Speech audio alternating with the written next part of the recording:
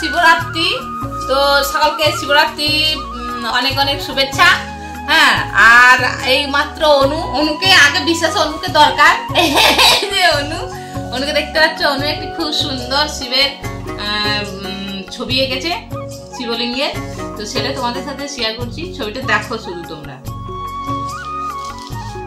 এই খাতাটা ছোট্ট একটা খাতার মধ্যে এটা দেখো, আর এখানে উপরে লেখা আছে মহাকাল।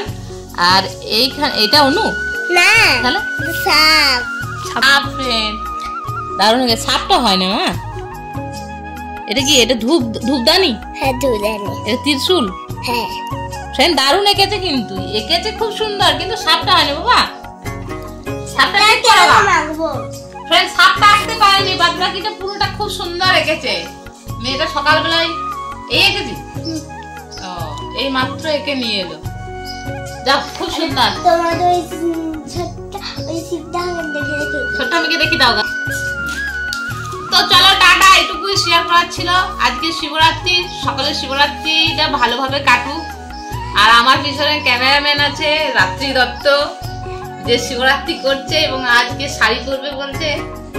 হ্যাঁ, তোকেও পড়াবো আবার। হ্যাঁ, আমাকেও পড়াবে। তো আমি ভাবছিলাম যে আমাদের এখানে একতেশ্বরের যে শিব মন্দির আছে সেখানে যাব, বাট আমার যাওয়া হচ্ছে না। আমার গ্রামের ঠাকুরকেই আমি পুজো করবো, মানে আমাদের চন্দ্রেশ্বর। তো চলো দেখতে থাকো, কি করি না করি সেটা তোমাদের সাথে একটু শেয়ার করবো। চলো টাটা।